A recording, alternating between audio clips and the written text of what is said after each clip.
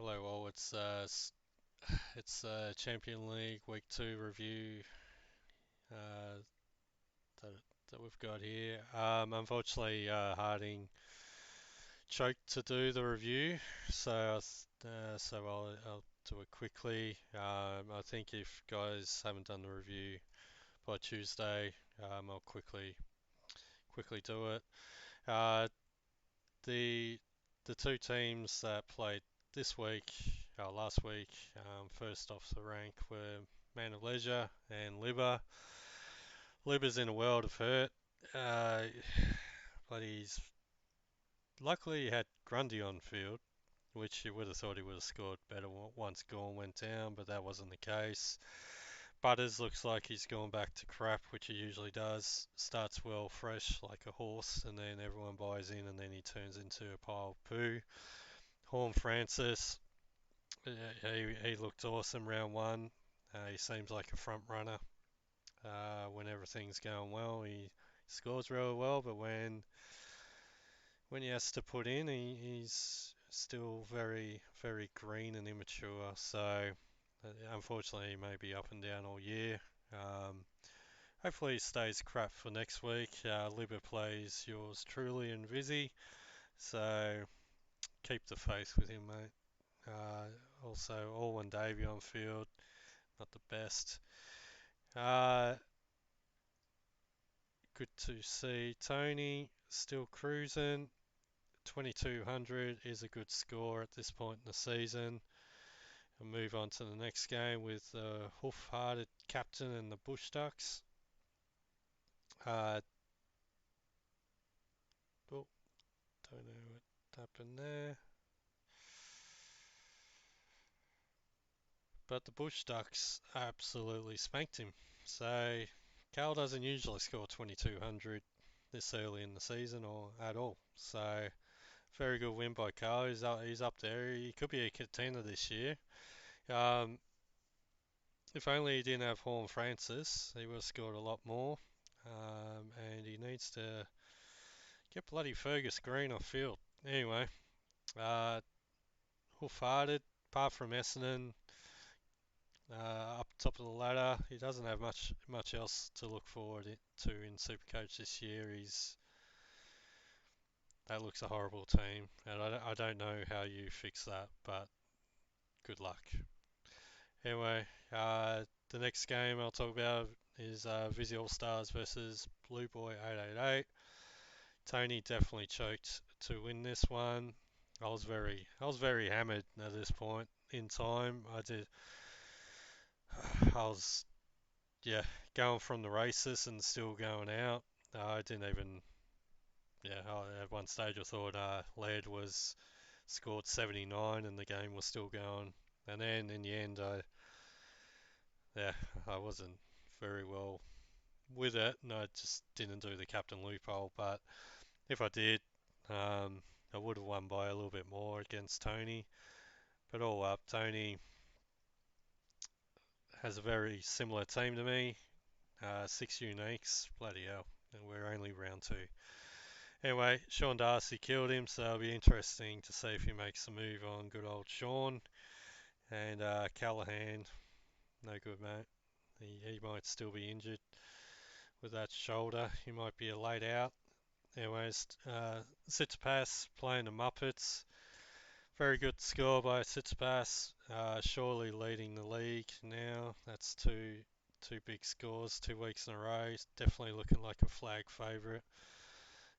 He's got a lot to improve. Like Pedler on field, 36, and then a low score by Hunter Clark and Goda. So if he fixes up those three, he could be bloody leading the league overall. The Muppets told him not to pick up Martin at the start of the season. He picked up Martin's now out, mate, so you will need to trade him. And he also fell for the Horn Francis trap. Um, yes, so why is this retarded? Sorry guys, I need to clear this to bring this down.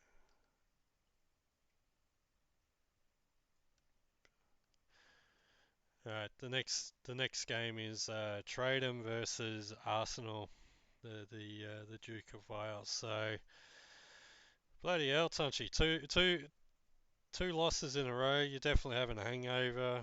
That scotch on the Nine Nights must have been very strong because it's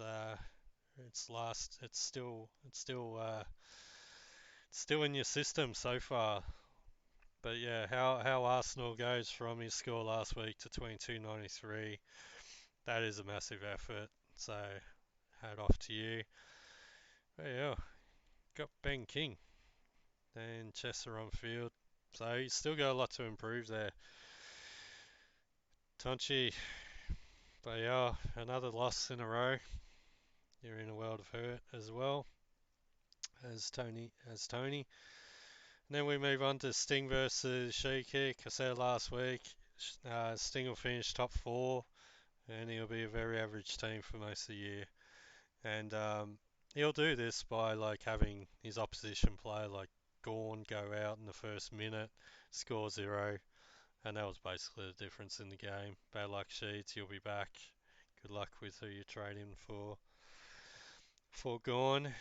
Then we move on to Cows and Mikhail's Ghost. Now, bloody hell, Ghost goes from the highest score of the round to one of the lowest scores of the round. So, bit of work for the Ghost, but when you bring Horn Francis into your team, that's what can happen, Ghost Man.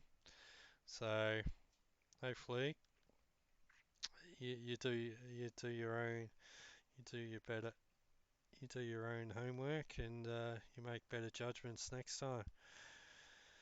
Uh, so next we have KP versus Big Gretchy. So this was certainly the closest game of the round, with only four points the difference. You would think I'm on dial-up internet, but it is loading. Um, Let me try that again. Yeah, so yeah, so I need a new laptop. Or Supercoach need to fix their website. So anyway, we have a 6 point game between Gretchy and Kel. Kel got the captain's choice right with Laird. Um, and Tonchi, what did you bloody go captain with? Tonchi took the loophole with Dunkley, so bloody hell, nearly lost it just by doing that move there. Yeah, Tonchi, Gretchy, your team's in a world of hurt. You need to make some moves. Lockie Hunter's not going to save your bacon all year, so need to get with it. Kel, you've really got too many.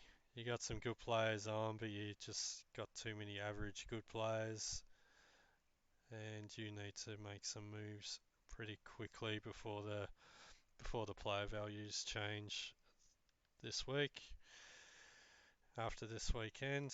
And we move on to Harding versus Time to Complain.